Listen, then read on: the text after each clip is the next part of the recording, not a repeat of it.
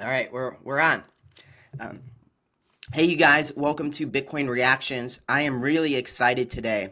So, what happened was inside of the comment section, which you guys have all been amazing in the comment section, but a lot of people ask a lot of really good questions. And one of the people that asked a lot of questions that I would say is definitely a big Bitcoin skeptic at this point was this guy Josh. He's on here now, obviously, and Josh and we have never met before. We talked for 5 minutes after he posted. We reached out to each other. I invited him on. So, what the point of this interview is today is to have a conversation with a Bitcoin skeptic where he's going to be able to ask all of his questions to me, and I'm going to be able to answer them. And I'm really excited because, in my opinion, what Bitcoin is all about is communicating why we believe what we believe and why we believe Bitcoin is the best financial asset of all time. So that's my little introduction. Josh, do you want to say anything? Do you want to introduce yourself? Hi, yeah, my name is Josh. Yes, I would consider myself a Bitcoin skeptic. I've only really been um, trying to, I guess, learn more about it in these past few weeks to couple months here. So, yeah, everything, I guess, kind of led us to this moment here, so I'm excited. Yeah, and also I just want to give a huge, you know, pat on the back to Josh because it takes a lot of courage to go on a public YouTube channel like this and ask questions. And um, so, Josh, you're just totally awesome for being here. I really appreciate that so much. Appreciate it. Um, let's talk. Let's start things first. Josh, obviously, you just said that you have been trying to get into Bitcoin for a couple weeks, a couple months now. Yeah. Let's start from the beginning. What got you into it in the first place? So, kind of like I mentioned in our call, I've always been interested in the whole finance and investment sphere of things. And so, I've always heard about Bitcoin. And I will admit, I never really dug deeper into it. I guess learning the more intricate details about it, kind of how it works. But I sort of got a more broad understanding of it. And so it was it was kind of always on the sideline in terms of how I guess, invested my money. Um, but these past few weeks, I've been just kind of digging deeper into it, and that's partly because, well, of all the press about Bitcoin reaching new highs and new high after high. Yeah. So, Do you remember what you were doing in 2020, 2021 when it was going up the last time? Were you even interested in investing in that point? so yeah, I did hear a lot about it then too, and I thought it was cool. It's reaching, well, an asset reaching 50 grand. I mean, that's pretty Yeah, cool. that's I mean, huge. Yeah. yeah, I mean, I never, even then, I guess I never really looked into it, but it was still kind of on the sideline as it has been. Okay. And what would you say is, or actually, before that, I want to say the people that you talk to about it, do they, in general, are the people that you're talking to big Bitcoin advocates? Are your friends saying Bitcoin is the best thing in the world, or are more the people you're surrounding yourself saying Bitcoin is a scam, or is it 50-50? I think most people it's probably 50-50, but I'm So curious who you're yeah, talking to. so I mean, to be quite honest, I know a few guys. I know two buddies of mine that are, they like Bitcoin and they're in favor of it. And then also, my father he is also in favor of it as well. To be quite honest, I really haven't met uh, anybody that's not really in favor of it. So I guess I would say I'm more on the opposition side to what they think. So That's funny, actually. Funny story. Most of the people I know are against Bitcoin. Most of my yeah, friends. And even in Thanksgiving, we had a big Thanksgiving at my parents' house, and they invited a lot of their friends, and it was my goal to not talk about Bitcoin at all because I didn't want to like bring up any like political right. discourse. It's a very controversial subject for a lot of people, and my goal is only to like demystify it and explain what Yep. it is and let you make your own opinion on it. Um, so let's start. Your question was really all about or what you posted in the comments was really questioning about why it had value. Why don't you kind of Right. explain that question? Um, or let's say, is that your biggest concern right now, or is that your biggest question about Bitcoin, why it has value? Why don't you say it in your own words? So yeah, I kind of have a little bit of a list here. So, um, I would say my concerns are with Bitcoin, I guess, can go into two categories. One is revolving around, I guess, people saying it's going to be the currency of the future, Hmm. and we can go into that later. But um, on the other hand, there are some other flaws that I would say that it has, and I think the biggest one is that unlike stocks or other assets, there really isn't a way to calculate Bitcoin's intrinsic value at really any given moment, Right. in my Okay. belief. So this interview is in my opinion for you. So why don't you pick which one you want to start off with, and then we can tackle that. Um, I'm kind of interested on, I guess, your take on Bitcoin being the currency of the future, if that's what you believe in. And we never really got into that, but Yeah, absolutely. So I 100% believe that Bitcoin is the currency of the future. It's already a currency. That being said, when most people talk about it being the currency of the future, what they mean is it going to replace dollars? Are you going to be going to the store? Are you going to be going to Chipotle or Starbucks and buying Bitcoin or buying your product with Bitcoin? And I 100% think that's going to happen. I also don't think that that's going to happen for a very long time. We're talking decades at the earliest, okay. uh, based on my estimates. So when I say it's the currency of the future, yes, I believe it's probably going to be the currency of the future. And I also believe that right now it is acting a lot more like an investment. And there's a lot of reasons for that. So are you familiar with something called Gresham's Law? I am not. No. Okay, so basically, Gresham's Law states that bad money pushes out good money, right? So Okay. the worse the money is, the better, or the worse the money is, the more it will be circulated in the economy. And the reason why that's true is because if you have a really good money, then people are going to want to hoard it. They're going to want to stockpile it. The most simple example is, are you familiar with like the Bitcoin pizza where the guy paid like, Yep. Yeah. yep, Yeah. Yep. I have heard that. Yep. yeah, so back in 2011, I think it was, somebody paid like 5,000 Bitcoin or some ridiculous amount of Yep. Bitcoin to buy two large pizzas, and it ended up that amount of Bitcoin ended up being worth literally billions of dollars right now. I think it's like $10 billion. Somebody will comment on the math if I got Right. that wrong, but it was a lot of money, and no one wants that to happen no one wants that to happen to them, right? Yep. So the way that people are using Bitcoin right now is they're not spending it unless they really have no other option than to spend it. Right. Um, but they are spending it. The biggest example of where they are spending it is or this was back in 2011, 2013.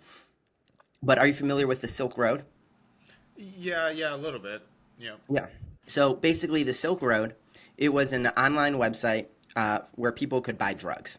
Yep. And one of the things that made the Silk Road special, besides the fact that all the products were essentially illegal, was that it only accepted Bitcoin as a form of payment, right? Right. Yep.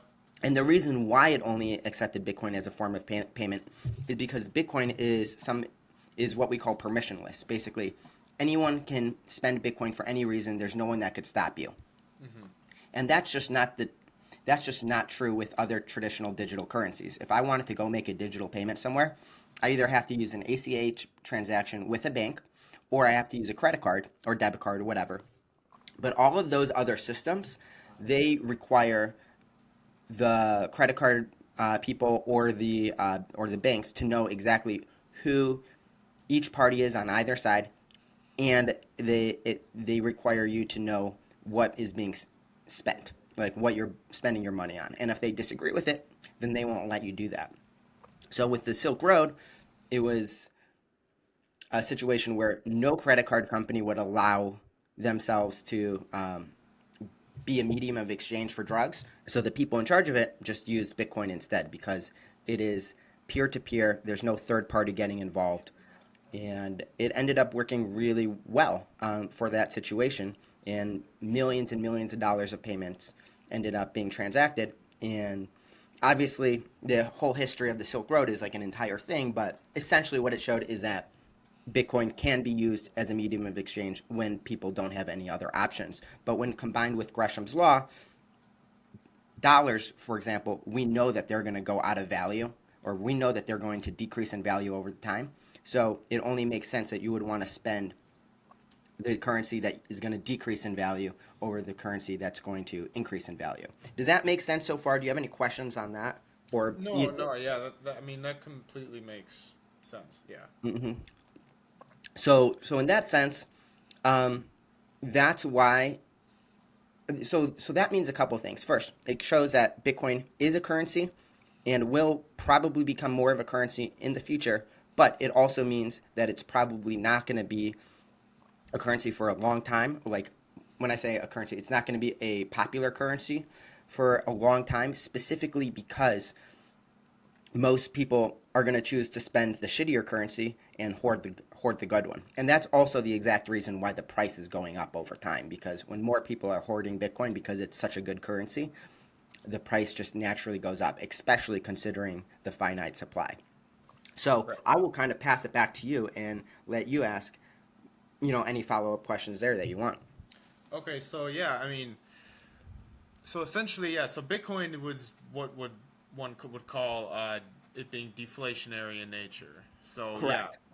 because it has that finite supply, and Right. so I feel like, and this is what I truly believe, that I mean, if it were to truly operate well in an economy, that it would have to be inflationary in nature. Okay. That A lot of people say that actually. And mhm. what I want to ask you is why do you think it has to be inflationary in nature in order to be uh, good in an economy? Well, because I mean, economies can stagnate that way. Can you just define that a little bit more for me? Right. So I mean, if you have something, well, I mean, having something deflationary in nature would mean that the asset price is going to go up, and kind of like you were saying, that nobody is going to go out and use it, and Hmm. so As long as they have another option. right, as long as they have another option, but so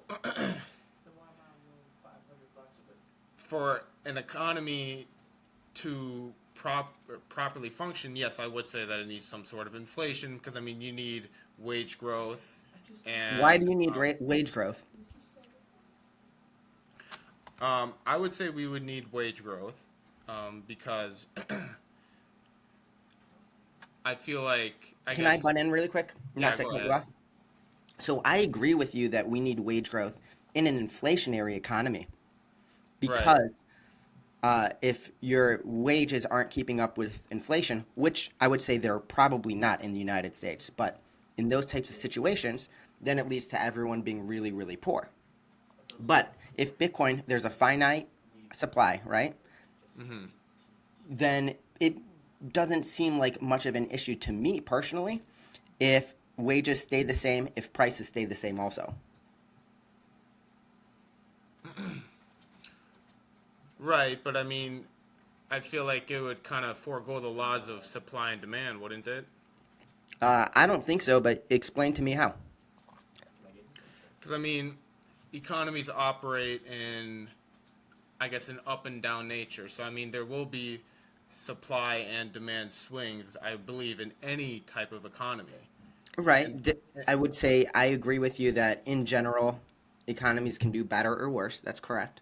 right, and so with that being said, if supply and demand is changing, that also affects prices. Correct? Wouldn't they? Well, I'm not sure that's true. So let's think about it because the size of when I think about the economy, right?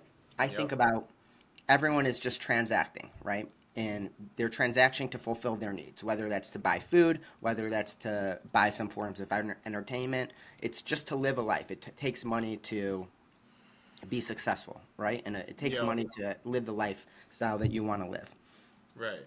So as long as people have wants and demands, there's going to always be a market to supply them, and people are going to transact in whatever currency they have deemed the best currency to transact in.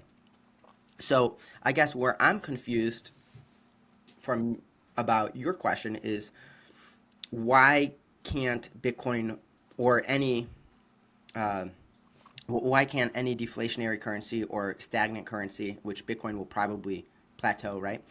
Why can't any currency just be a normal medium of exchange and the economy will go through normal cycles?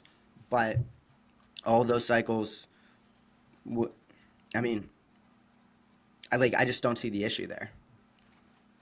I mean, the issue is that the laws of supply and demand would still apply in either scenario. One might more than the other, but we wouldn't be able to necessarily just have prices just stay the same. I mean that would be, I guess, in a perfect scenario. But I mean, if a company releases a new product and everybody wants that product, well, then they're all going to go out and buy it, and so that could potentially to um, dwindling down the supply Wait, into wait, say it again. So you're saying that if a company releases a new product that everybody yeah, wants, right, the, the demand for that product is going to be really high, right? right. Demand is higher, so I mean that could lead to the supply being lower. So I guess to combat that, Why there would would, the supply be lower? well, because they're going to go out and buy it. Okay, so, but in those types of scenarios, if a company is, right, if a company is coming out with a limited supply of a new product that everybody wants, Yeah, and everybody wants it, this natural solution with supply and demand is just make the price higher, and those exactly. people make more profit. And there's nothing stopping Bitcoin from doing that. Right, but I mean, what kind of like you were saying that the prices and wages wouldn't necessarily increase or decrease. But if the prices to products are increasing, then wages would still need to increase, which would be But that's for one. Well, okay, so I think what you're talking about is one specific product, right? right. But I mean, Hmm. one specific product, but it could apply to, I guess, the whole of the economy as well. Because like we saw during the COVID lockdowns, once they started, people were buying stuff were flying off the shelves, household products. So I Okay, mean, so if we're going to use COVID as an example, so all of a sudden there was a huge demand for all sorts of products that didn't see usually huge demands, like let's say toilet paper or right, whatever. So in those types of situations, the way that the economy works is whenever those things happen, when there's a limited supply and a high demand, the cost of those items just becomes a lot more, and then naturally other competitors in a free market realize that there's a huge profit in these specific areas, and more competitors come in and attempt to satisfy that same demand. So then right. the prices naturally even out. Well, I mean, not necessarily. Because I mean, they wouldn't necessarily even out because you still have one brand having a higher price versus another. And I mean, they also wouldn't necessarily be releasing the exact same product because of, well, patents and such. But I Well, mean, there still would be some sort of incentive to go to one other company than the other, which would explain the price difference. so there's absolutely truth in the idea of different branding differences across different products, but in general, if a product is close enough and can satisfy a similar demand and is a lot cheaper, a lot of people will go and buy the cheaper version of that product. Think of the difference between a Gucci shirt and a Walmart shirt, for example. Those are Right. two very different products, but they fill a very similar demand. They're both shirts, right? Yeah. And the Gucci shirt has very limited supply, and it will cost maybe $1,000 a shirt, and the Walmart shirt will have a much higher supply, and it will Okay. cost maybe $10 a shirt. And everything just kind of naturally gets worked out in the market. Like Bitcoin doesn't really have any effect on that. People just have a certain amount of Bitcoin, and the people that, or dollars in this case, it doesn't really matter. But the people that just want to spend more money on the Gucci shirt because they think it's cooler, if they Right. have the money, they'll be able to spend the more money on the Gucci shirt. And if Okay. they don't, then they'll just buy the cheaper shirt from Walmart. I mean, supply and demand is 100% like a truthful thing, and Bitcoin, if anything, it doesn't stop supply and demand from happening. It makes the prices and the supply and demand actually more accurate, if that makes sense. So okay, so I guess how would that work in a large scale economy having Bitcoin as a currency? I guess that's what I'm not really Okay. understanding. Yeah. So if we're going to talk about company, or if we're going to talk about countries going onto a Bitcoin standard, which let's say it will happen in 100 years. I don't know the exact time period, but let's just say it's 100 years. The dollar no longer exists, um, and people are just using Bitcoin, right? Right. It looks very, very similar. There's a few key differences, but in terms of people buying things and supply and demand for different products, it's almost the exact same. The only difference is that we're using Bitcoin to spend and value products and price products instead of dollars. Right. Okay. So you're just kind of switching places. So think about it like this: the world used to work on a gold standard, right? Yep. And everything used to be priced in gold. It was Yep. 1 bar of gold could buy you, I don't know, a dinner, or Yeah. that's Right. probably not a great example, but something like that, right? Yep. And then eventually the world switched over to fiat currencies. And now instead of one coin could buy you a dinner, now it's $10 can buy you a dinner. And it still works the exact same way. Right. Right. Okay. So but are you saying that essentially just the Bitcoin and the dollar would just switch places, Uh, and it's everything would still operate the same, mm, even though I would say they're structured completely opposite of each other. so there's definitely some validity to the fact that you're saying that they're structured differently, because there would be some big differences, basically making the banks obsolete and stuff like that. But for the most part, yeah, society would just go on, and instead of pricing and paying in dollars, you would be pricing and paying in Bitcoin. And again, Okay. like I said, this is the final stage of Bitcoin. This is something that I don't think is going to happen anytime soon. So why would say a government of a nation want to do that? They wouldn't. They wouldn't. Yeah, so the government makes a lot of money by having a printing press, right? Right. So Yeah. the advantage of having a printing press for a government is that you can print as much money as you like. You can never go bankrupt. It's a fantastic situation for governments. It's the best case scenario if you have a currency, especially like the U.S. dollar, which is considered the world reserve currency. So governments are not going to be eager to stop their printing presses anytime soon. Um, Right. Okay. all I'm saying is they can't stop Bitcoin, and people are naturally gravitating to it because of the fact that the governments are taking advantage of the printing presses that they have, and as a result, that's why you see prices going out of control everywhere in the world. So now, if it were a national currency, would it still have the volatility it has today? So if Bitcoin were like the default global reserve currency, Right. no, it would not have the volatility that it has today. The volatility that we're seeing of Bitcoin is a result of it skyrocketing in price. And it's a Yep. result, really, what it's a result of is the world is trying to figure out, is Bitcoin the future, or is Bitcoin just a fad? And if you talk to any group of people, you're going to get very different opinions. People don't know, is Bitcoin something that's going to be worth $10 million a coin, or is Bitcoin going to be worth diddly squat? I obviously have my opinion on it, but a lot of people have very different opinions than me, right?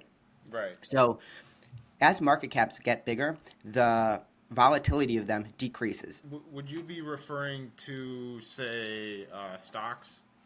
What do you mean? Is that when you say market caps? Are you referring to say like a stock? Um, well, market caps would also fit into that scenario, but I'm saying anything with a market cap. So obviously, Okay. Bitcoin has a market cap, just as gold has a market cap, just as stocks have a market cap as well. Are Right. you just? I mean, that's just. Do we need to go into that at all? Well, no, I guess I was just wondering if Okay, you were but referring to anything specific.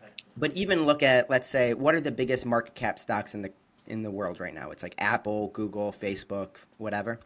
Those those companies, they're not very volatile. They still have volatility, but they're not super volatile. And the Well, I reason mean, you're not going to see Bitcoin or you're not going to see Amazon increase 100x, right? You're not going to see Amazon increase 100x from where it is today. If you okay, want to see those types of I gains, you need to right. go to a much smaller market cap. So You need to go to I guess we would Amazon. refer to as volatility a little bit different because I mean, I would say volatility could be something gaining 20% in a span of a few months or so. I mean, because I mean, if even if we say had a currency that increased or decreased 20%, would you say that's volatile? If 20% or so? An for a asset? currency, Well, an asset or a currency? well, it depends on the currency and it depends what I'm comparing it to. I think one of the things that we're probably going to agree on here is that volatility is relative, right? So um, I the guess idea explain more. of high volatility or low volatility is depends on your perspective and depends on what you're comparing it to. Yeah, Would we? yeah, I Yeah. guess so. So with Bitcoin, we used to see insane levels of volatility. It went from $1 to $1,000 in, I think the course of a year, like in 2011 ish, right? Yeah, That's a whole lot of volatility. That's a right, 1,000x. right. Bitcoin is not going to do a 1,000x next year or this year or probably any years in the future. Um, and that's because it's just so much bigger. It's in order to move the market cap of Bitcoin, which is I think $1.5 trillion right now. In order to move the market cap 2x, it requires multiple orders of magnitude more cash inflows than moving it from $1 to $1,000. Right, yeah, I mean, that makes sense because a lot more people are involved into it, so. Yeah, but I think your question is, will we see decreased levels of volatility in Bitcoin? And my answer is yes. We're already seeing decreased levels of volatility in Bitcoin. It's the amount of decrease Relative is to what it small, was. yet compared to what it was. But I think if I had to predict things, and I'm pretty confident about this, is that eventually, like I said, I have no idea how long. It might take 1 decade, 5 decades. It might take a century. But eventually, the volatility of Bitcoin is going to be so low, it's going to essentially be stagnant.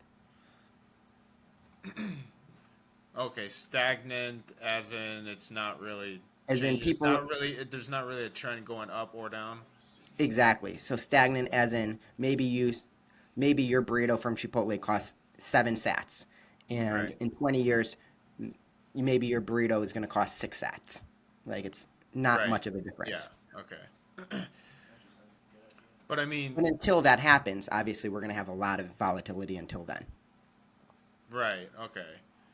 So, I mean, I guess kind of looking at our current system, there are flaws that I would say um, there is in it. But I mean, looking at it, I mean, as America as a whole, I mean, we got to the point where we are today with that system. Did we? I mean, I would say so. Because the system that we have is very different than the system that we started off with. In 1913, I believe we went on the gold reserve standard. Yep. Then in 1940s, I want to say we had Bretton Woods, which pegged the dollar to a certain amount of gold, right? Yep. So every dollar was worth X amount of gold. Right. Then we printed a whole bunch of new dollars Yep. and dollars that we didn't have the gold for. Other countries began to take notice. It's actually interesting. France in 1971 sent a warship to try and collect as much gold as they could from the United States, and that's what prompted Nixon to get off the Bretton Woods Agreement, basically destroying destroying the relationship between gold and the dollar. And since 1971, dollar has been what's known as a fiat currency, where the government can just print as much as they want. And since 1971, it's interesting too. You see a lot of things start to skyrocket in price relative to the dollar. So, um, so I guess to your point, that's this is so if we're going to say that's the system that got us to where we are in the first place, I'm not sure that that's an accurate statement.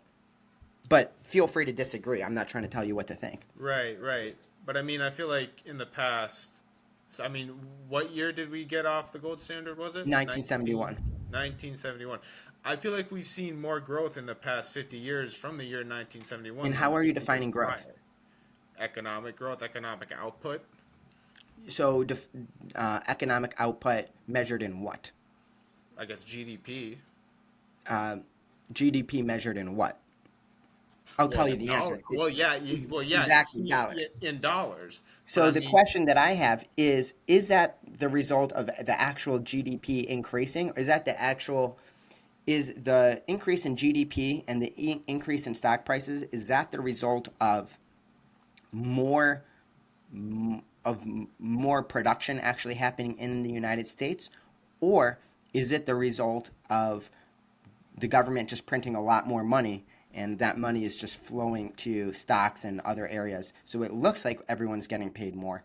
It looks like the GDP is higher, but it's only higher because we're measuring it in a measuring tool that is constantly decreasing in value. That would be a question that I have. so are you saying that there hasn't been any real intrinsic growth of the United States since the 1970s? I don't think I would say that. Um, I'm not sure I would say that at all, but I think that a large portion of it likely has to do with excess money printing. In fact, Excess money print. Okay. in fact, there's been a lot of there have been a lot of data that supports the idea that the increase in the stock market mirrors almost exactly the increase in extra money that the United States is printing. Oh, right. But I mean, those two aren't necessarily correlated. Why I not? wouldn't say at all. No, no, they are correlated. That's Well, you I can argue mean, that they're not. That you can argue that they're not. One is not the result of the other, but they are right, 100% correlated. I'm not saying like right. But I mean, okay. I guess you could say they're correlated, but the rise in dollars isn't a, or sorry, the rise in stock prices isn't a direct cause of rise in dollars. I wouldn't say at all. so. You can argue that, and I would argue the opposite. I would Well, argue that the increase in dollars creates more demand in the form of dollars, and right, that demand naturally settles into this things like the stock market and other assets like real estate, and that's why we're seeing increase in pricing for real estate and the stock market at a rate much faster than the CPI goods. right. But if you were to invest in the stock market, you would still be beating inflation. You would be a lot better off. You would be beating CPI inflation. Right. But I mean, you're still I would. necessarily beating inflation, which I mean, who cares how much dollars is in the economy if you're beating inflation? So first, can we talk about the difference between asset inflation and CPI inflation? Sure. So do you want to give your own definition on it, or do you want me to say mine? You can go ahead. Okay. So two forms of inflation, right? Right. We have CPI and we Yep. have asset inflation. Right. CPI is stuff like going to your food, maybe for the Yep. purchase of a car, stuff like that. Yep. Yep. Asset inflation are long-term financial assets, investment real Right. estate, stocks, stuff like that. Yep. When new money gets printed or when new money gets created, it disproportionately goes to the wealthy. Do we agree on that statement or do we not agree on that statement or do you not know? Well, I guess explain how it would go to the wealthy. Okay, so new money gets created, right? Yep.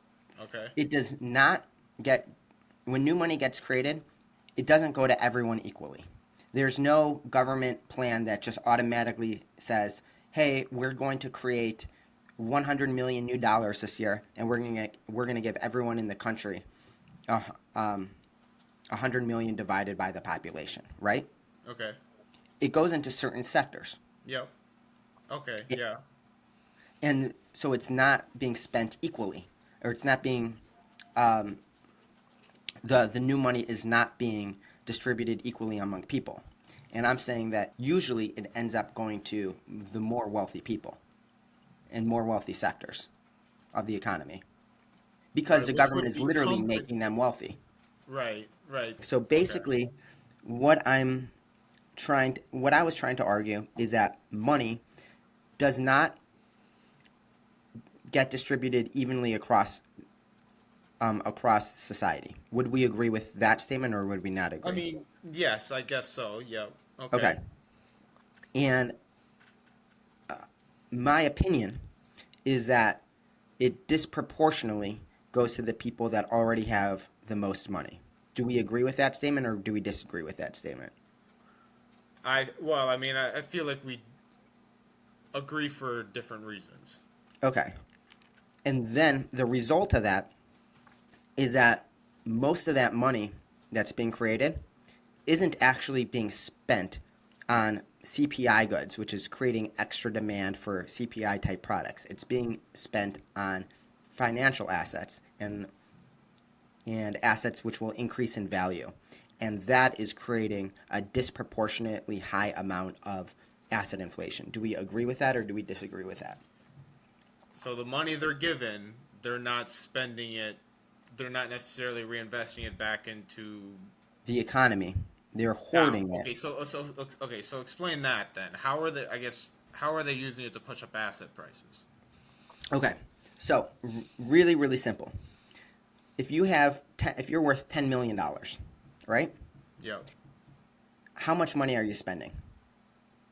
I don't know. I guess it depends how much I need to spend and how much I But don't. probably less than $10 million, right? Okay. Yeah. Yeah. All that extra money that you get just will go into asset prices. Will go into assets. It won't go into CPI level products. It will go into financial assets because you have all this excess money and you need to do something with it. You need to say, "Hey, I have $1 million extra dollars. I have two options. I can keep it in cash, in dollars, which I know will lose value over time, or I can buy an asset which will appreciate in value. Which one Right. are you going to do?" Well, right. The one that appreciates in value. Exactly. And so it's pushing asset prices up because now there's more money that's being pushed into these financial assets But why do they put the money into those financial assets? Just because because, they're not just better because the price goes up, because they're better stores of value than the right? dollar. Right. There. I guess that is one aspect of it, but there are still intrinsic reasons on why they would buy those assets. We'll just say assets in general. Like let's say you're picking the S&P 500 index. You don't know what to do with it. Cuz Okay. I don't want to get into a discussion about this asset is good, this asset is actually bad. I just want to say assets in general, like the broadest term, Okay. right? So when they buy more assets, the asset prices go up and they go up at a rate that's disproportionate to the rest of inflation. And what that does is it creates systematic wealth inequality where essentially what's happening is people are being rewarded just for being rich. And feel free to disagree. I'm not trying to tell you what to think. Well, I guess I would just say that's an interesting way to think about it. I mean, for someone to make $10 million, I mean, I And would that was argue just a that you number would. I picked out Right, of the right, air. right. But if you're gonna make a lot of money, you would necessarily have to justify that amount of money. You just don't get that money just get it by getting that money. You have to create, I guess, some sort of value, and having and getting, say, a really high salary, what I would say would be able to justify. Yeah, I don't want to get into who deserves the money and who doesn't deserve the money. All I'm trying to say is that when new money is printed or new money is created, it goes disproportionately to people that already have the most money. And those people disproportionately with that extra income or with that extra money buy financial assets. And that pushes financial assets, the price of them, up a lot faster than traditional CPI metrics. And Right, but the I result is I mean, the kind of the proof is in the pudding.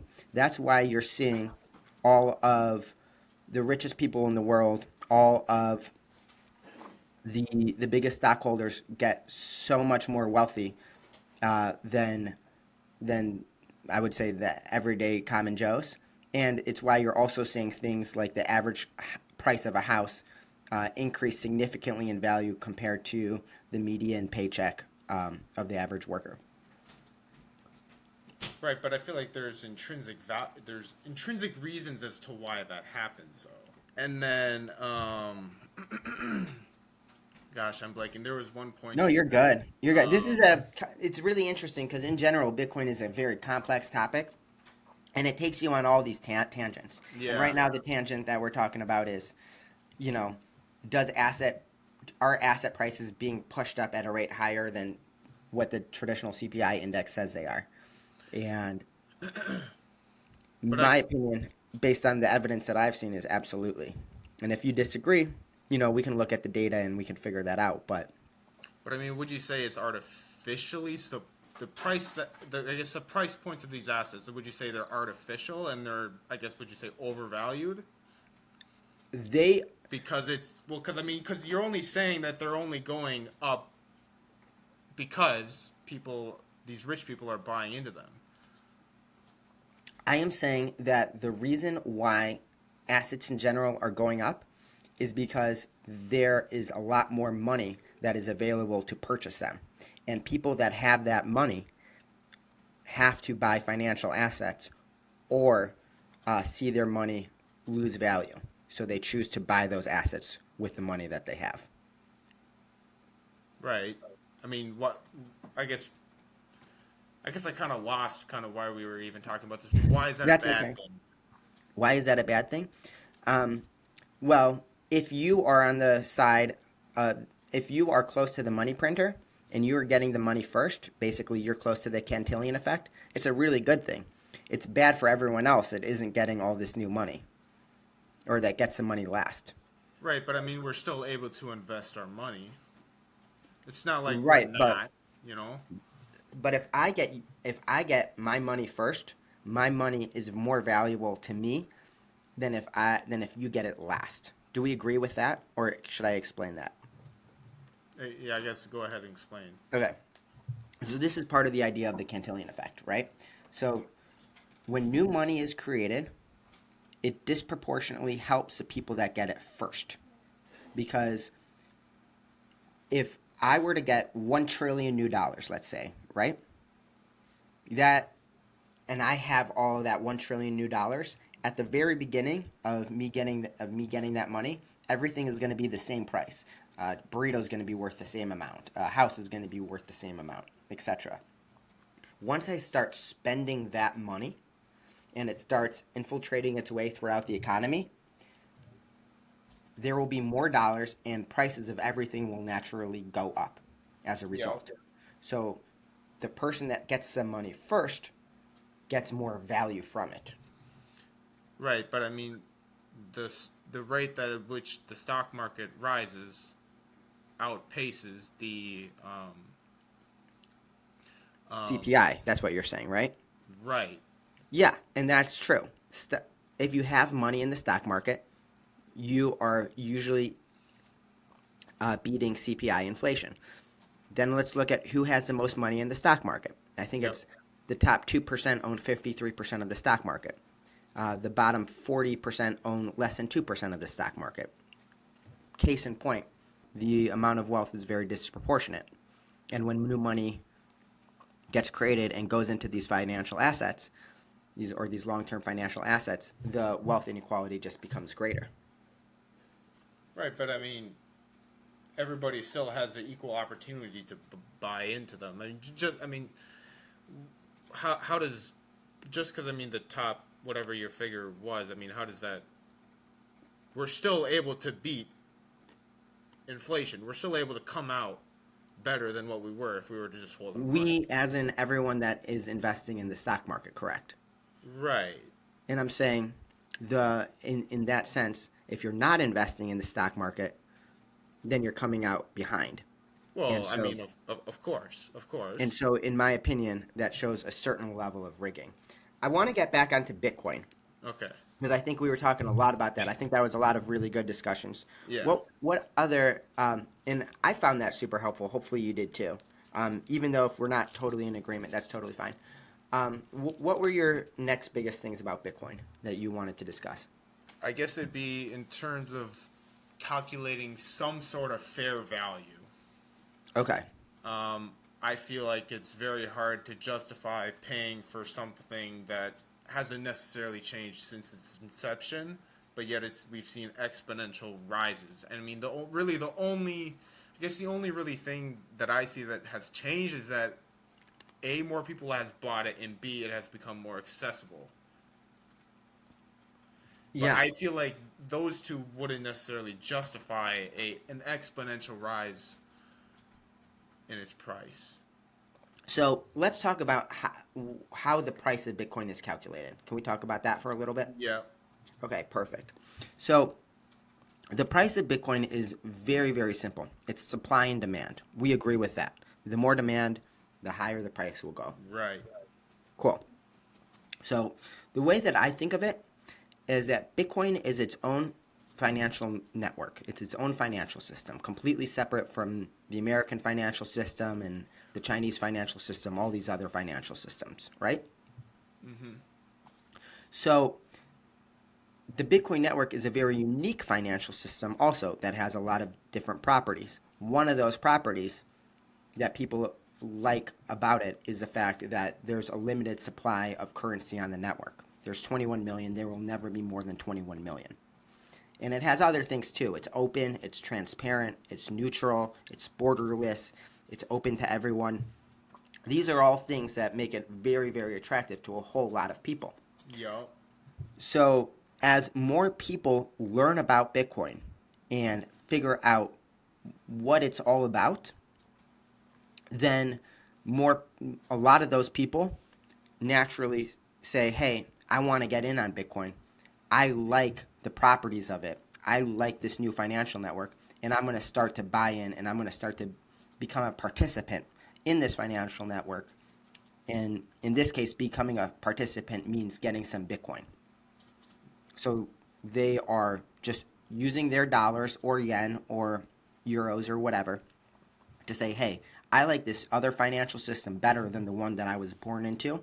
I'm going to continue to buy in. I'm going to get some Bitcoin. And because there's a very limited supply, the price just starts to skyrocket.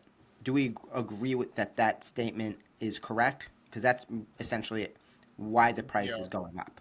Right. Because I mean, more people buy it, but I guess that's my issue with it. People buy it because the price goes up.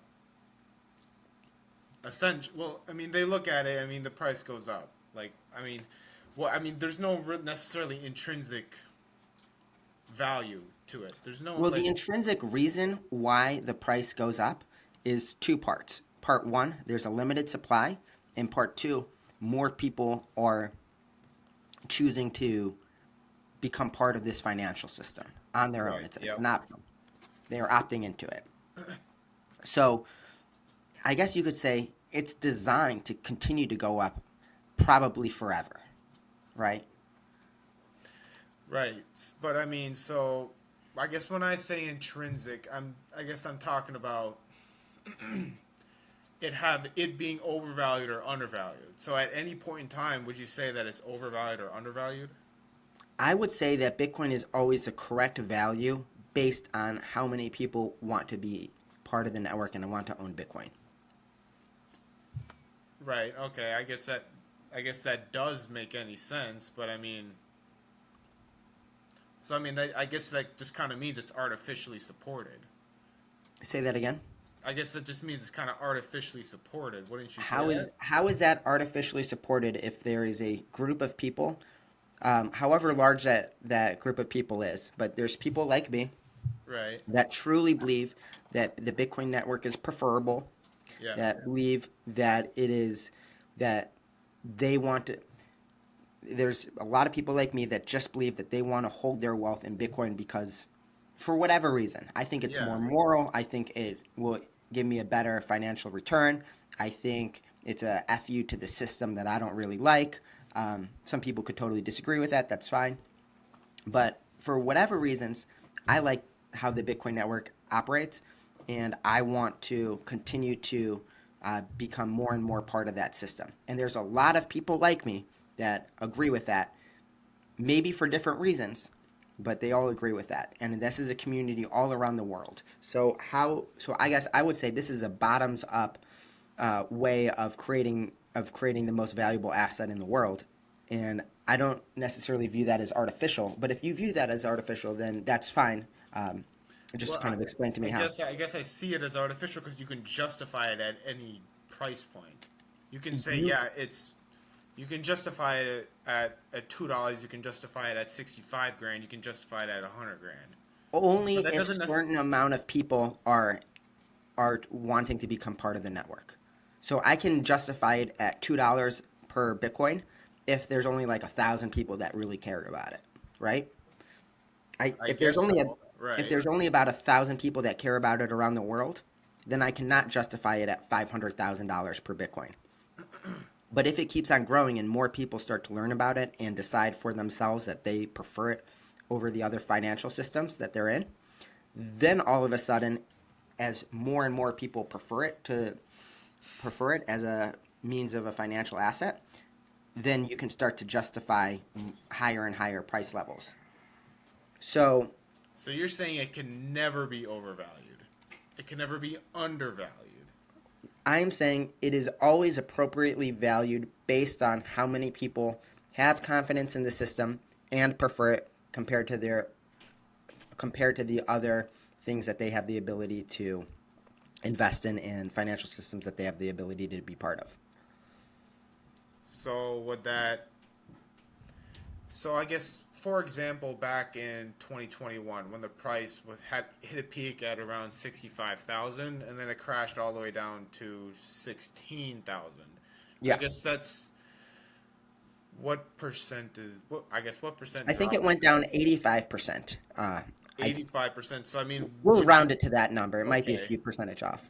So would you say that 85% of people that were in at the price point of 65,000 decided that it wasn't a good asset, or that they Yeah, wanted out of that I system? would say probably yes.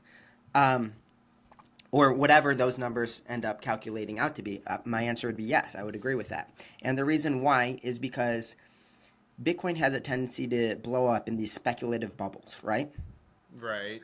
But these bubbles are always underpinned by a core group of Bitcoiners that truly believe in the asset, that truly believe that this is something special and that this is going to be a lot bigger in the long run. And so when you see 2017, 2021, 2022, even maybe where we're in right now, what happens, and this is my opinion, but based on all the anecdotal evidence that I have seen, this is my understanding of it, is people start to buy into Bitcoin, and they're all gravitated there by the price. And they start to think, hey, I can flip it, I can make a lot of money on it, and I could probably double or triple or quadruple my money in like 3 months, right? It's very Yep. speculative nature, or at Yeah. least a certain part of Bitcoin is very speculative.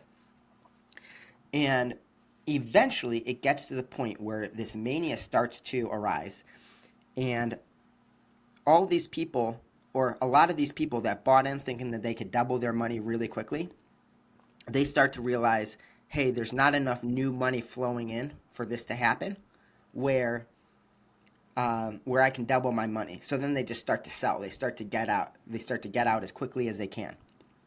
And this is because they don't understand the asset and they don't have a firm belief that Bitcoin is better than, stocks or real estate or whatever else. And so they start to sell. A lot of them sell on a loss. It's very speculative. But at the same time, what's also happening is a lot of those people that are buying into it for the first time, that are new to Bitcoin, they start to learn about it and they start to say, hey, this is actually something special. This is actually really something that I should be investing in and that I care about and that I think is better. And so a lot of those people end up getting flushed out of Bitcoin, but a lot of the new people that think that that learn about it and take the time to educate themselves and believe that it's something good, they stay. And that's why those price levels keep on getting higher and higher over time. It's because every new wave of adoption brings in new people that really like and really care about Bitcoin.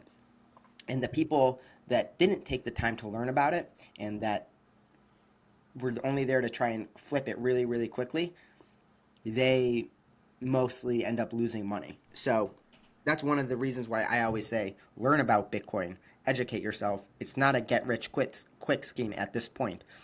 The bubbles for Bitcoin are probably going to continue to happen for a long time, but every time a bubble happens, wherever it breaks down to, like $16,000, the bubble before that it was $3,000, and the bubble before that it was like $300, all at the bear markets. Yeah.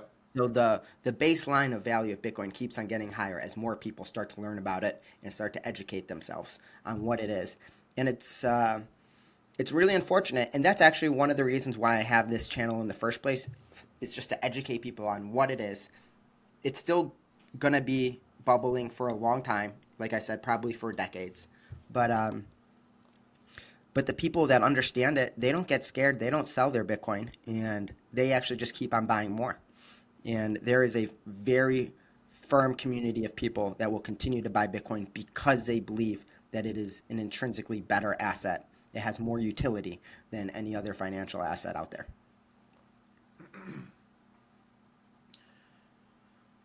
Okay, so I guess you're to your you answering my question is saying that there it cannot be overvalued or undervalued, and I'm just trying to wrap my head around that because that just doesn't. I mean, that just doesn't make any sense. Meaning that that the asset price cannot ever be irrational. I'm saying that the asset price of Bitcoin is always going to be the result of the supply and demand. Is that rational? Does that make sense? Do you agree with that? I mean, yes, that does make sense, but I mean we've also seen supply and demand can also be irrational in asset prices. Oh, absolutely. Uh, a lot of people think that in these bull markets, a lot of people think that Bitcoin is just going to become the global reserve currency next year, and then so they buy in and they're thinking that they're going to make 10x their money. It's not a very rational thing to do, and they're doing it mostly at a point of they just haven't thought about it. They haven't taken the time to learn about it, what it is, how it works. And I think it's Warren Buffett who said the market can be irrational longer than most people can stay liquid, right? So Right. there's definitely some people inside of the Bitcoin market that haven't thought it through and that are buying a thing that is probably, we'll call it like this, overvalued for the time being. So let me rephrase that. There are probably a lot of people that are buying Bitcoin based on the assumption that the demand for Bitcoin is going to continue to be higher in the future, in the short term, um, when in reality it'll probably be lower at a certain point in the future. Do we? So So it can be overvalued. I'm saying that I guess it really depends on your definition of overvalued or undervalued. I guess where I get my definition of overvalued or undervalued, I guess it really stems from stocks because I mean, there's certain metrics that we're able to use to I guess calculate a fair value or a relatively fair value of a stock, and to also see if how much of a premium we are paying. Right. Okay. So in that sense, Bitcoin, you cannot calculate the value of Bitcoin in the same way that you would calculate the value of a stock, right? Right, but Because I guess that's my issue because I mean, if it's just always it's so hard to wrap my head around just an asset always 100% of the time being fairly valued. Well, I guess I would say even a stock is always 100% of the time accurately valued based on how much demand and supply there is, right? Do Well, I mean that I mean that supply and demand has to do with, I guess, the large moves in stock price. Um, I guess can be the result of, one would say, hype, and say they're going to release a product, and it's this product's going to be groundbreaking. So more people buy the stock, and more people buy the stock, and more people buy the stock. So yeah, so let's talk about stocks, right? And let's Yeah. talk about you call it intrinsic value. I'm not sure I would use the same word, but let's talk about how we value stocks, right? Okay. So a company has a certain amount of revenue, a certain amount of profits, and you can use that revenue and profits combined with the guesstimate of future revenues and profits to figure Yup. out how much value or what price should I pay for a stock, right? Right. Bitcoin doesn't have revenue. Bitcoin doesn't have future profits. It doesn't have anything like that, right? It doesn't have Yeah. dividends. The only way that you can calculate what the price of Bitcoin should be is by calculating how much demand is coming into Bitcoin compared with how much supply there is of Bitcoin that is willing to be sold, right? Right. Okay. So it's kind of like a pure play. It's you don't look at Bitcoin in the same way that you look at stocks. I think we could both agree there. No, no. I mean, no. I mean, I guess they're two completely different things. I just use it as an example, as a way to be able to find a fair value of an asset. Yeah. So But I mean, but the just better way is like this: if instead of comparing Bitcoin to a stock in terms of trying to figure out a similar way to price it or to value it, compare it to the dollar. What is the correct way to price a dollar? I mean, I guess it just kind of depends on the money supply, really. So that's half of it. That's the supply, the money supply, and the demand. How many people want to use the dollar, correct? Uh, I guess so. Yeah. Yep. It's Yep. supply and demand. Bitcoin is the exact same way. So if you're going to compare the money, or if you're going to compare how to price Bitcoin, you should compare it a lot more to how to price the dollar. Right, but I guess they operate totally opposite to each other. One's inflationary, one's deflationary. Right. So in that sense, the dollar is going to keep on there's going to keep on being more dollars available over time, and Yep. Bitcoin is not going to do that. So, if let's say the economy of Bitcoin is going to be 1/10 of the economy of the dollar, right? Okay. That would result in a certain price ratio of Bitcoin being priced at X amount of dollars, correct? Okay. But as more dollars keep on being created, the dollar economy is staying the same size, but as the supply of dollars increases, then it means that Bitcoin, which is 1/10 the size of the economy as the dollar, is going to be worth more dollars over time. And that's just a result of more dollars being equivalent to the same amount of Bitcoin. Right, but you're saying that the economy, I guess not the economy, um, that there's no real, I guess, growth, but the supply still grows of the dollar. The supply of the amount of dollars in circulation, the money supply in dollars is going to continue to grow. Right. So Right.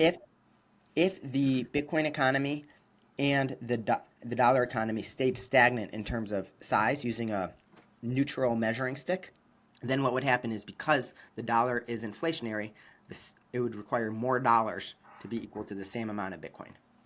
Do we agree with that or disagree? Yes, as the dollar is inflationary. Yep, correct.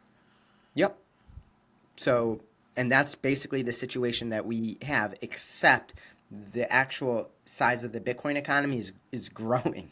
So, what's actually happening is the Bitcoin supply is, or the Bitcoin economy is growing, um, and it's growing in relation to the dollar economy as more people are moving their their wealth into Bitcoin, and as dollars become more and more prevalent and more abundant, it makes it makes one Bitcoin worth way more dollars. It's at a basically exponential rate, and that's why we're seeing one Bitcoin being worth, it's like what, $95,000 today, something like that. Yeah. Yeah, and it's going to continue to happen because they're going to continue to print more dollars. So even if the Bitcoin economy stays the same relatively, stays the same in relative size, as they continue to print more dollars, one Bitcoin is going to become worth more and more dollars. Okay. Right.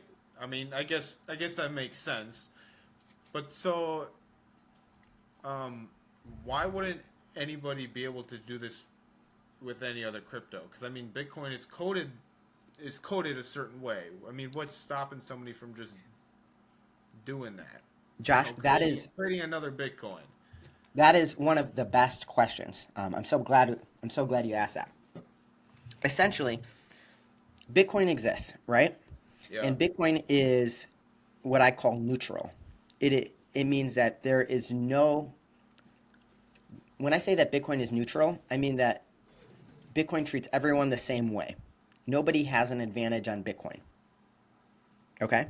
Okay. All these other cryptos that you're seeing, Ethereum, Solana, Dogecoin, whatever else, none of them are neutral cryptocurrencies. They are all they all have premines. Do you know what a premine is? I do not know. So a premine, for example, in Ethereum, when they created the Ethereum blockchain, they just the people in charge of it just printed out a whole bunch of Ethereum and gave it to themselves. Okay. Bitcoin didn't have that. Bitcoin, every single person that that mined a Bitcoin had to work for it. They had to put in the energy and they had to put in the work to get that Bitcoin. Yeah. Nobody was just given a whole bunch of Bitcoins for free. And that's one of the ways it's neutral. The other way that it's neutral is that no one has control over the development process. Yep. So if you were to see all these things like Solana, Cardano, Ethereum, whatever, they all have development teams. They're centralized development teams, and they do things to benefit themselves. They have Okay. very high levels of control. Bitcoin doesn't. It's neutral. It treats everyone the same. So it is not a biased asset. It and so because it's not a biased asset, it gives us this it creates this really unique situation where nobody has any incentive to replace it un, unless they have something to gain from replacing it, right? Okay. So since it already exists, the world doesn't need another one. It's already neutral. Well, I mean, but right, but you could still do it though. Yes, and people do it all the time. People create new cryptocurrencies all the time, but Right. those cryptocurrencies are never neutral. And because they're never neutral, then everyone always rightly points out, "Hey, this is just a pump and dump scheme." Is usually what it amounts to. Right. So why don't you just create a neutral one then?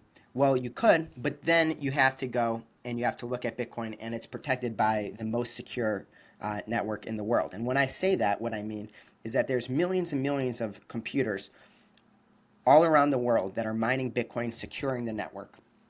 If you are going to try and bootstrap a new neutral network from the beginning, it is chances are going to be attacked very early on, and it's going to be probably destroyed very early on.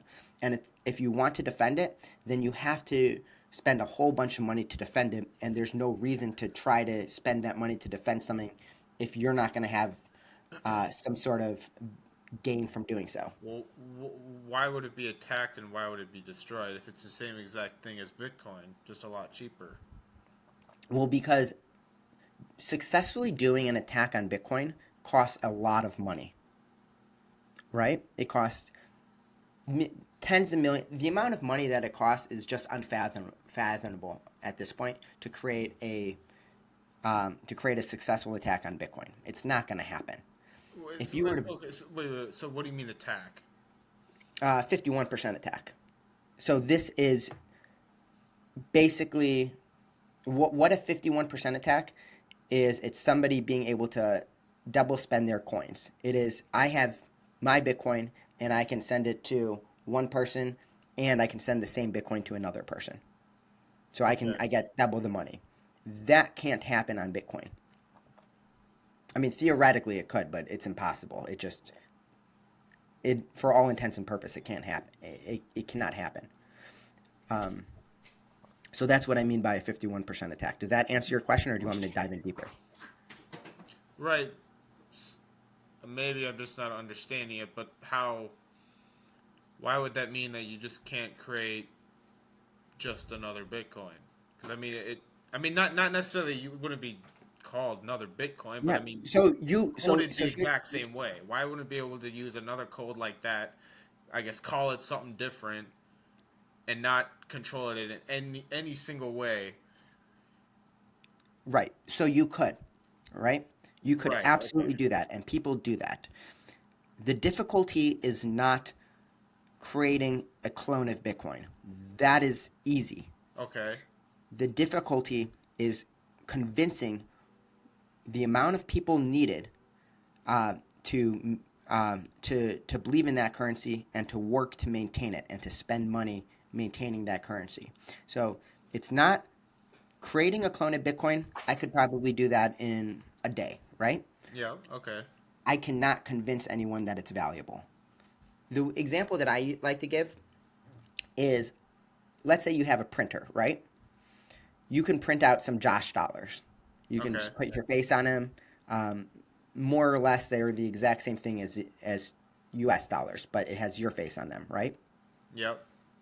That part is really easy to do. Yeah. That's You can do that relatively easily. Now go to the store and try and convince them to accept the Josh dollars. That Right. is difficult. Okay. That's the same thing with Bitcoin. Okay. Yeah. Right. Okay. Yeah. I guess that does make sense. But I mean, so just because I guess people believe in it means that I guess it. I guess where was I going with this? But I mean, I guess I'm viewing it in the way as like as you would create a product. You know what I'm saying? Because you create the same product and it being the same thing. I Right. mean, So let's take a look at that example. Let's take a look at Facebook, right? Or right, Instagram. I like Instagram. I don't like Facebook. Relatively easily, actually extremely easily, I can clone that code base and I can put it on the App Store and I'll call it Danagram, right? That part is really easily, right? right. But well, I guess with that, I mean, I'm sure there's certain patents that'll go in that can interfere with that. So I mean, it wouldn't be exactly the same thing. Let's forget about patents right now because there are no patents in Bitcoin. I'm just saying the in a world where there's no IP that really exists that you have to worry about, it's really easy to go create a clone of Instagram, right? Right. I mean, but I guess what I'm But saying is that wouldn't necessarily happen. why would it not happen? I'll tell you the Well, answer. The reason why it wouldn't happen is because even if you create that clone of Instagram, the value of Instagram is not necessarily in its code. That's part of the reason, don't get me wrong. But the majority of the value of Instagram comes from the people that are already using it. And there is no incentive to move my Instagram posts to this other Instagram that even if I created it, because there's no one else on the network. The entire value of these types of products come from the network. Uh, the entire value of these products come from the networks that use them and that support them. And in Bitcoin, the size of the network is humongous. well, I mean, I guess with that example, I would argue the value is more derived from the money that it generates. And it generates its money from its audience. Right. But I mean, Bitcoin doesn't necessarily make any money. I thought we were talking about Instagram. Instagram Right. generates its money from its audience. Correct. Bitcoin derives its value, its price from the result of all of the Bitcoin community buying into Bitcoin, and they're saying that they want to be part of it. So it's the community that gives Bitcoin its value, So or a people big just say portion of it's it. valuable and it's valuable. There's not necessarily any intrinsic reason. Well, I think there are reasons why they believe it's valuable. Like I said, it's neutral, it's borderless, there's a limited supply, all of that stuff. So it has certain utilities. Okay, But at the right. end of the day, value at the end of the day, value is a result of purely supply and demand. Something can only be valuable if it's demanded by other people. That's literally the definition of value. I don't actually believe in the idea of intrinsic value. And the explanation that I give on this is, So I guess to that point, I actually read your book, and oh, I, thank you. yeah. Well, I didn't read the whole thing. I read I think about three quarters of it, but I thought it was interesting. And to your point on, I guess to address your point in that, Can you explain the book just so that the readers that haven't read it they can be filled in on what you're about to say? yeah. So I mean, I guess real basically, it goes into a deep dive of what Bitcoin is and explains its value and its utility and a bunch of other things about it. I thought it was very informative. So, um, Thank you. but I guess so. You and that, you essentially said that value is relative, right? Right. And so, although I agree, I feel like the examples you gave don't necessarily would represent that correctly because Okay. because so when you were saying that value is relative, you were giving the examples um, of selling a water bottle, selling it to Right. somebody in a room with nobody, or Right. selling it in say a desert, and people are really going to want that water. But I Right. mean, so I feel like those are very isolated instances, and it wouldn't necessarily truly represent the value of that water bottle of that water bottle in a I guess a large scale economic setting.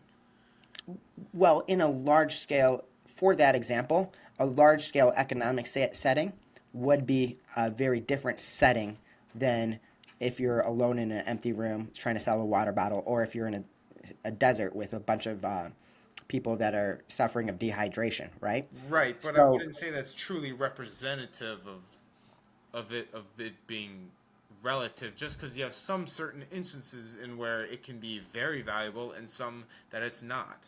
and what I'm saying is that the amount of value or the price of any particular item Yeah. is relative to its environment. You cannot have something uh, valuable without the environment making it valuable, without the environment creating demand for it. And if you think I'm wrong, that's totally fine. Just kind of I mean, I sharing my. wouldn't necessarily say it's wrong, but I mean, I just don't feel like that's truly representative of something having relative value. Because Well, just because someone says that something, I guess, is worthless or is worth a lot, doesn't necessarily deem it so. Because I mean, why if not?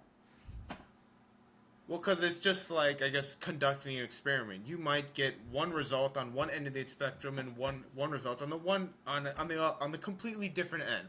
That's not necessarily truly representative of what the real results So, are. do you know? You ever watch Pawn Stars? Yeah, I have a little bit. Okay, I love that show. And basically, in Pawn Stars, they have all these collectibles, right? Yeah, And they try and figure out what the price is of a collectible. One thing that I looked at was they were trying to sell a special Hot Wheels for $100,000. To me, that Hot Wheel is not valuable at all. I don't care about that Hot Wheel. I wouldn't pay $10 for it. I would probably pay $10 for somebody to throw it away. But there's other people out there that apparently are really willing to spend $100,000 on a Hot Wheel. And so, what is a result, or what is the true value of the Hot Wheel? The true value of the Hot Wheel is 100% dependent on who you're trying to sell it to. If you're trying to sell it to me, it's nothing. If you're trying to sell it to a Hot Wheels collector, it's $100,000. But what would it And be to a, say, a large group of people? What would that value be? and I would say it doesn't matter. It It only doesn't matters matter? it only matters who you're trying to sell it to. So, if you were trying to sell it to a large group of people, it would be whoever is willing to spend the whichever one of those people are willing to spend the most on that Hot Wheel. If some of them like Hot Wheels, it's going to be more. If some of them don't like Hot Wheels, it's going to be less. It is 100% dependent on who you're trying to sell it to, on the market, on the environment. So okay. So would you say that nothing can be overvalued or undervalued then? Because if it's all relative, then it necessarily can't be overvalued or undervalued. It's just dependent on who you're selling it to. In that sense, yeah, I would say that everything has a price or a value, and that price slash value is completely dependent on the environment or the people that you're trying to sell it to. Right, but Same I goes guess with Bitcoin, same goes with stocks, same goes with real estate, same goes with Hot Wheels. right, but I mean, I guess I'm saying that's just not truly representative of the value of a product. Just because you're able to doesn't mean it's necessarily not able to be overvalued or undervalued. What's all the price is always a result of the supply and demand, and the demand is dependent on the environment that it's in. Basically, who's demanding it, how much money they have, etc. Right, and I would argue you can still have something overvalued or undervalued just because I mean we're able to value certain products and certain assets. Why wouldn't we be able to do that with certain products? So with stocks, right? You were talking about how you like to find the correct price for a stock based on its revenues and its profits and where Yep. you think it's going to go in the future. That is a way of doing it that a lot of people can agree on. And by measuring those types of numbers and those types of statistics, you can find a relatively accurate price that most people will also deem as accurate and that most people uh, will agree to value the price at, right? Okay. Yep. But let's say something happens, a black swan event happens, and all the stocks start going up, or something happens and all the stocks start going down. The actual amount of money that you're going to get from selling that asset is 100% dependent on the market. So if Right, all of and a and those sudden right, but those markets can be deemed overvalued or undervalued. they can be deemed overvalued or undervalued, and I would say that that's a very relative term. So overvalued or undervalued compared to what? So if you start seeing a company that has 1 million times earnings, right? Yep. And you can see it's trading at 1 million times earnings. You can say, well, maybe there's a mania going on, and right now people are buying and selling it at this price tag that's a million times earnings. But you think that at the future, something's going to happen where it's going to trade down to more like 100 times earnings. So you think it's going to go down in price 99% or whatever that number is. And Yep. you might be right, you might be wrong, I don't know. Um, but at the end of the day, you can't actually execute on what you believe is the correct value if other people have a much different idea of what the correct value is. Like, I mean, just because just because other people say because there are intrinsic metrics we can look at of the company to but that say, doesn't mean that anyone is willing to agree with them. So let's look at Bitcoin for example. Some people think that Bitcoin is completely overvalued because it doesn't have any profits or revenues, right? yep, It's not a cash producing asset. It's cash, but yep, it's not a cash producing asset. So those people think that Bitcoin is way overvalued and they think that the proper price of Bitcoin is about zero. We agree on that, right? yeah, there are some people that think that, yep, Yeah. There are some people that think that the price of Bitcoin is about zero. Okay, they can have their opinion on it, but the price of Bitcoin isn't reflecting their opinion. And if they want to get Bitcoin, they have to decide on what the rest of the, they have to pay for what the rest of the world is deciding the correct value of Bitcoin is. It doesn't mean that the price of Bitcoin might fall in the future, and it always falls eventually, right? But if if somebody wants to get Bitcoin, even if they think that it's completely overvalued, they have to pay the fair market price. And I'm saying that everyone has to pay the fair market price for everything all the time, just Right, about. but that doesn't mean that fair market price is justified. Well, Because I mean, again, justified to who? It's relative. It might not be justified to you, but other people do think it's justified. justified to intrinsic values, not necessarily to me. Well, other people would, in some situations, you just have to look at what society is saying. And if Well, I mean, we society could is saying, generally create a consensus, though. but that consensus is a little bit different for everybody, and that's what creates markets. Not if When you're using objective reasoning, though. Because objective, in you can't have. I mean, if you use objective reason, you can forego it being different to everybody. but but everyone has their own different idea of what objective reasoning is. I think Bitcoin is very valuable. Some people think it's not valuable. If I want to buy Bitcoin, I have to buy it from the people that are willing to sell it to me, and they get to sell it to me at whatever price they think is fair. I guess what I'm saying in in just like as an overall statement, value is a very relative concept, and I believe, and I think the evidence supports this, that the whole idea of creating a very logical concept of how much Bitcoin should be worth or how much anything should be worth doesn't exist because different people will look at it differently. In my opinion, Bitcoin should be worth about $10 million right now. It's Why? Okay, ne- so what? So you would say that it's undervalued. I would say that it's undervalued. So exactly. And so when I see Bitcoin prices for 70,000, 80,000, 90,000, $100,000 almost, I'm thinking I'm getting a deal. I'm like, But this is I great. thought, So I buy every week. but I thought I, it was always 100% justified at the price that it's at. right. That's the price that I'm paying for it. But in my But why? opinion, But I you would be think willing it's to pay under a lot more for Bitcoin than what the market price is. And that's why I keep on buying it. right? But still, I guess that doesn't necessarily negate the reasoning with that stuff doesn't have value, and that value is always 100% relative.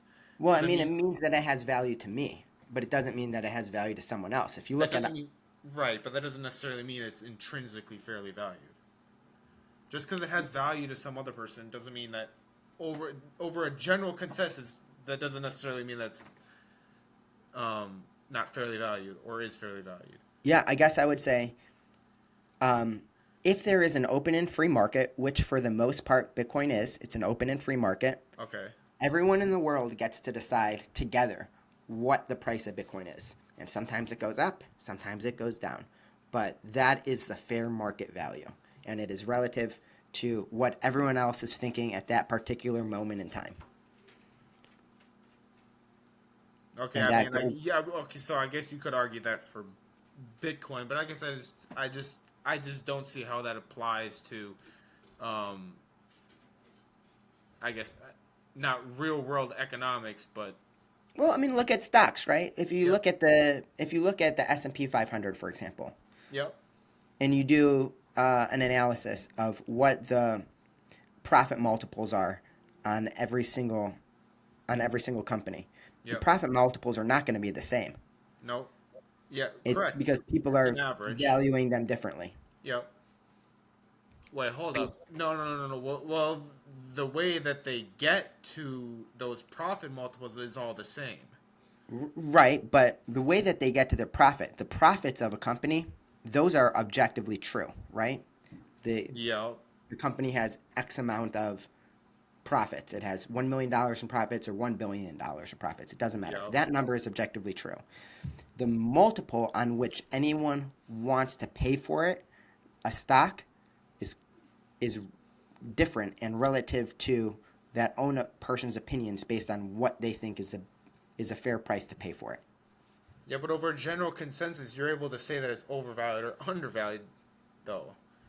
Because I mean, you Um, you have you have PE ratios and you have book value ratios. Those are two big um, metrics that you're able to use to, I guess, get a gauge and understanding of how well valued a company is.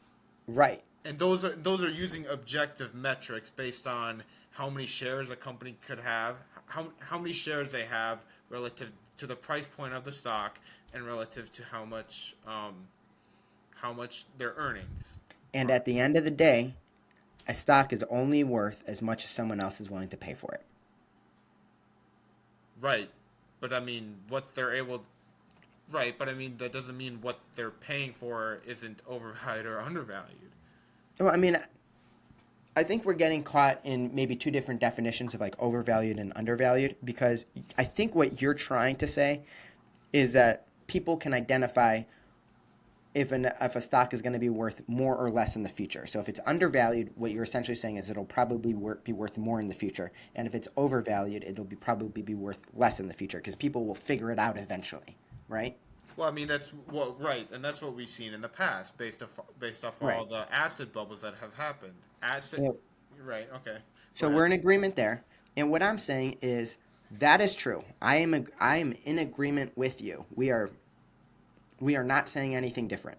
I'm just saying for the price right now is always at the accurate value based on where it is right now. It doesn't mean that the price will go up or down in the future. It's just whatever people are willing to pay is what people are willing to pay. It just is. Right, but that price is used to gauge some sort of valuation metric. The price of it is used, so you're still able to say that this price that I'm paying at is it could be definitely considered too high, or it Right, could but be a that good doesn't deal. guarantee if you think a price is significantly too high, that doesn't guarantee that the price is going to go down in the future. It might go down in the future if you did your analysis right. Maybe there's a very good chance it goes down in the future, but it's not a guarantee that it will. Well, In here's the fact, deal. sometimes it might go up. Well, here's the deal. It won't just keep going up. I'll tell you that. It won't just keep going up because we've seen the way that things go.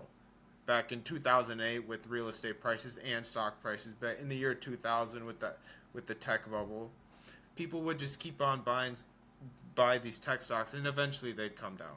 And you're right. There have been a lot of bubbles in the past, and in those situations, those were examples where things did end up going down in price. But it doesn't mean that it will always go down in price or go up in price depending on what you think. And that's again how markets are made. When people see that there is when people see that there is a good chance that something is overpriced, they can short it.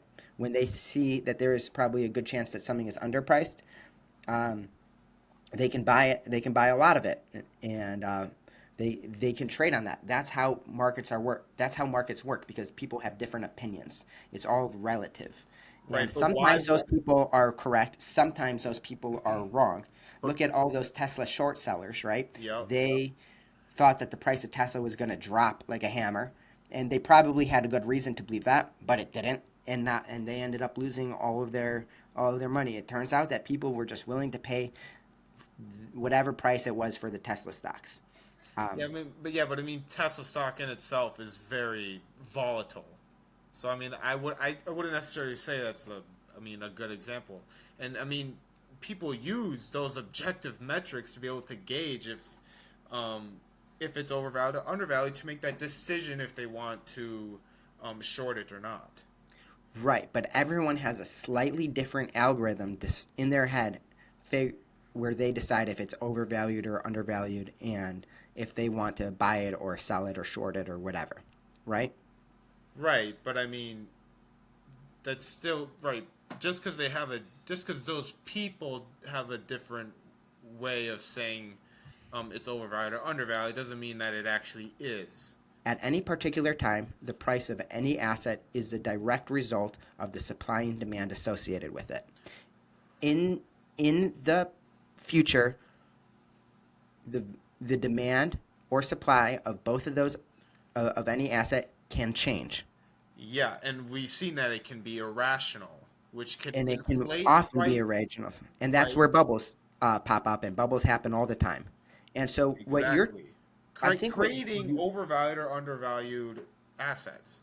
right. But whenever an asset is traded, it's two people coming together and figuring out what's a price that I think it's worth and that I'm willing to sell it at, and what's a price that I'm willing to buy it at. And in order for that transaction to happen, Yep. people need to, at least two people need to come to an agreement to make it happen. Correct, but that doesn't mean it's justified It's justified to those people. to those people. But in a general evaluation of what they're trading, it probably shouldn't. I mean, it Well, I probably guess I is would not. say, Just because I guess it's justified to those two people, it doesn't mean it's necessarily justified in a general way. those people can both be acting irrationally. I would agree with you. Right.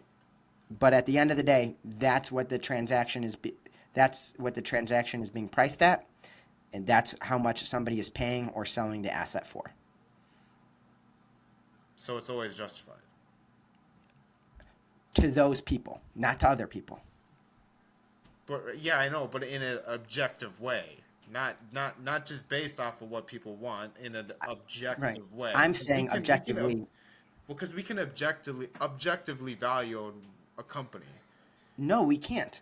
I mean, there's certain. I mean, What's the there correct? are certain metrics we can use to be able to gauge that, though. What's the correct revenue multiple of a company? It's not a revenue multiple. It really comes down to the book value of a company. What's It the has to correct? do it has to do with the assets and the liabilities and the shares that it has outstanding. And different people would be willing to pay different amounts of money for different companies that have different amounts of all of those things.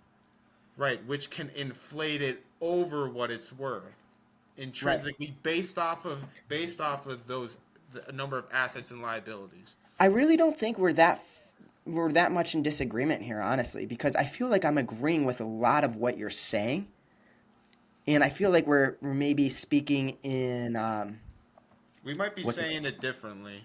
We might be saying it differently, because I really don't disagree with anything you're saying. All I'm saying is it's relative, and you're, I guess, saying that it's more of a static thing, like there is an official number, and I'm saying maybe there is an official number, but people are trading not at that official number. I mean, I guess I'm not saying it's an official number. You can't pinpoint it, but you can get a really good relative understanding. Yeah, based on what you think other people are willing to pay. Well, no, based off of objective measures, not necessarily what other people are willing to pay. Yeah, so I guess I'm gonna just make the last statement, and then we'll move on. Okay. I agree that I agree that there are objective measures of any company.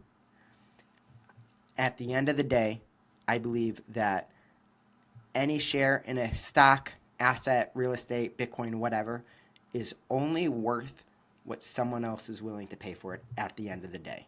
Those things can be inflated. Just because they're only willing to pay $10 today doesn't mean that they won't be willing to pay $5 tomorrow or $20 tomorrow. Those types of fluctuations can definitely happen, but if you're trying to sell your asset today, you have to pay or sell it at the market rate based on the supply and demand for that particular moment in time. I mean, I guess so, but I'm saying that can It be can change irrational. It's tomorrow. not Yeah. justified. Yeah, it can change tomorrow. Bitcoin, the price of Bitcoin can be plus $20,000 tomorrow, or less, or minus $20,000 tomorrow. I don't know. It could equally do both. I genuinely think it's equal probability at this point that it would do either of those two things. Okay. So it's one. So we only have about 5 more minutes. So I really liked this conversation a lot. But I want to give you the last. We'll call it like 5 minutes just to say whatever you want. Any last questions? Did you Okay. find this helpful? What's your opinion of Bitcoin now compared to your opinion of it, when we started this interview? You know, I know that we I guess met each other through the YouTube comments, and I actually ended up having another conversation with another guy. It was last Saturday about Bitcoin, and I thought it was really nice. Um, some of the I guess I would say that you have a more of a better understanding of it, Okay. and Thank you. so I guess I'd be able to say that you gave me a lot more insight into it. Um, and so I guess going into it, yes, I would say that I would say that I was very skeptical, and I would say that now, has it changed? I mean, a little bit. I guess sort of your argument regarding, I guess it being the currency of the future, because I mean, I guess that was one of my biggest concerns with it. Um, That you didn't think it was going to be the currency of the future? right, and I mean, I don't necessarily 100% believe it, but that chance is better than what it was before. I guess having the meeting with you. But no, yeah, I thought this was a great conversation to have. I feel like we both made great points for and against. Um, but yeah, let me look at my list here because I sort of made a little list of the things I guess I had Yeah. um, And I'll tell you against. what, because we're so short on time, look at your list. But Yeah, in general, I'm going to put this video out. I'm going to edit it, do whatever. But when you look at your list and you figure out X amount of things that you had questions about that you didn't get answers on today, I yeah, know, we have limited amounts of time. I'm going to invite you back on in the future so that you have an open invitation to discuss any one of those things that you want to discuss. So, but you can tell them to me now. We're not going to get to them now, right, right, right. but you have an open invitation to think about it in the future, and we could figure out another time to get you on if that's something that you want to do. Yeah, I mean, just taking a quick glance at it, I mean, we honestly, in the pretty much 2 hours that we've been talking, we pretty much hit everything that I guess I kind of wanted to talk about. So, no, yeah, it was a great conversation. So, yeah, Awesome. Yeah, I really appreciate it, Josh. I love talking to people that are, I call them Bitcoin curious, because the one thing that I will say is that Bitcoin is such a big topic and it fundamentally um, changes people's understandings of everything they thought they knew was true. So I don't think you can ever become a Bitcoiner in, 2 hours or however long this conversation was.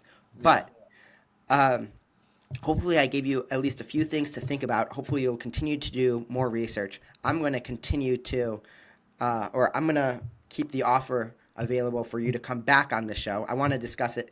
I want to do similar conversations with other people that are Bitcoin skeptics as well.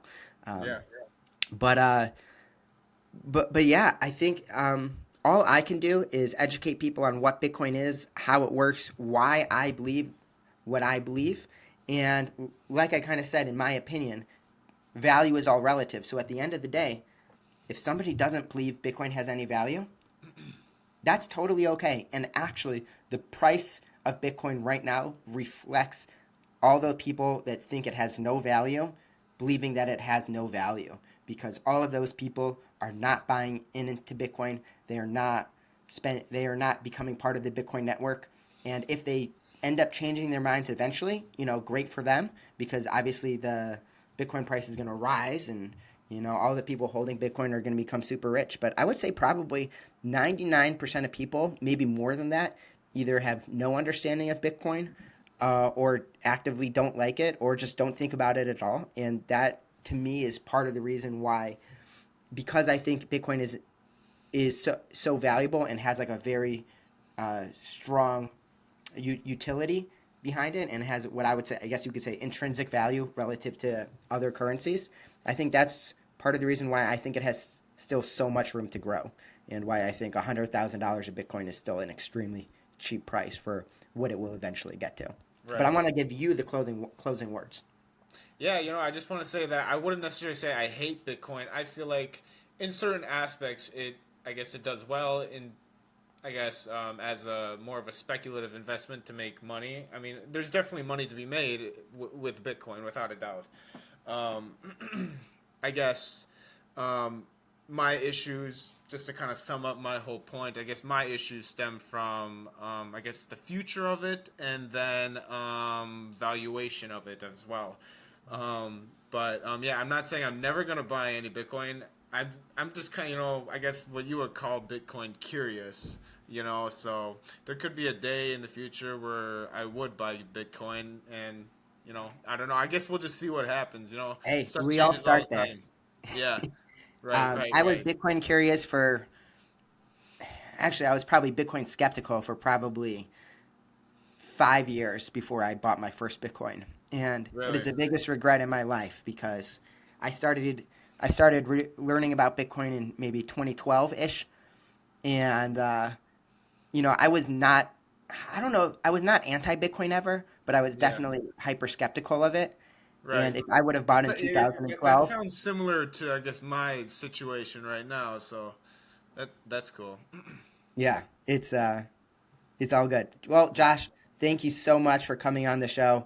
I appreciate you so much. It like again, like you're awesome just for being here. Like I said, I think it takes a lot of courage, and you know, hopefully, I it was everything that you were hoping for, and we'll get you on the show again. Yeah, yeah, yeah. I really appreciate it. Thank you, Dan. Awesome. I'll see you later, bud. See ya. Bye.